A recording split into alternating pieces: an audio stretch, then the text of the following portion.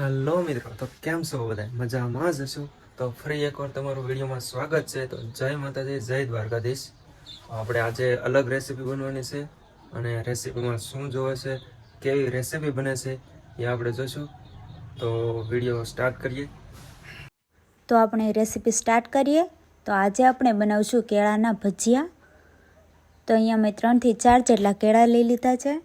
હવે આપણે તેને ડીપ ફ્રાય કરી અને આપણે તેને પછી બહાર કાઢી લઈશું। તો મેં અહીંયા પેનમાં તેલ લઈ લીધું છે। હવે આપણે તેમાં જે આપણે 3-4 કેળા લીધા હતા તે આપણે એડ કરી દઈશું। તેલ આપણે હાઈ ફ્લેમ ઉપર ગરમ થાય ત્યારબાદ જ તેમાં આપણે કેળાને એડ કરવાના છે। તો 4 કેળાને મેં એડ કરી દીધા છે।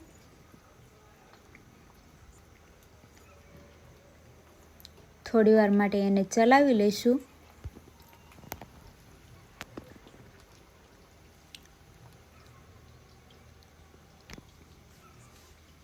તો કેળા આપણા ફ્રાય થવા લાગ્યા છે,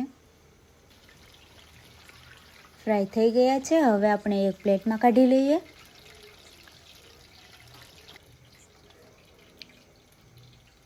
થોડા ઠંડા થાય ત્યારબાદ આપણે કેળામાંથી છાલોને અલગ કરી લઈશું।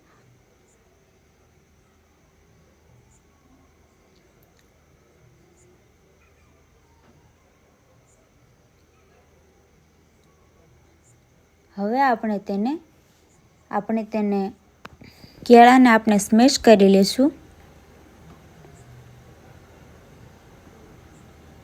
તો બધા જ કેળાને આપણે ભાંગી લઈશું।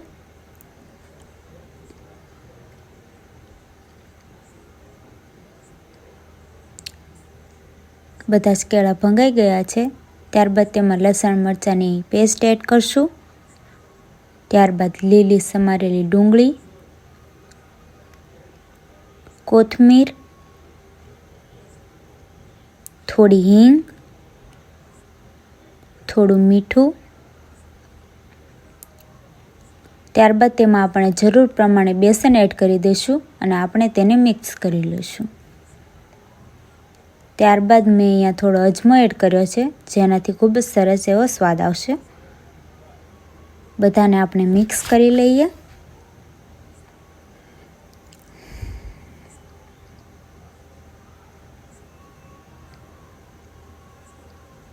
ત્યારબાદ થોડો સોડા ખાર એડ કરી દઈશું। બેટર તૈયાર થઈ ગયું છે। હવે આપણે ભજીયા બનાવી લઈએ।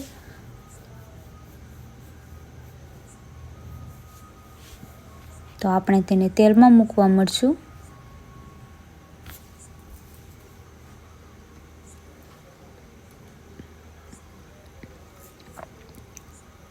ગેસની ફ્લેમને આપણે મીડિયમ ઉપર રાખશું।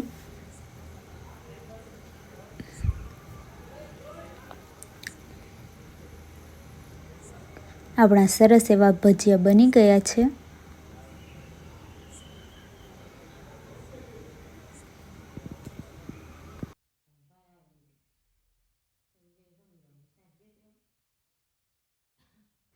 તો આપણા કેળાના ભજીયા બનીને તૈયાર છે।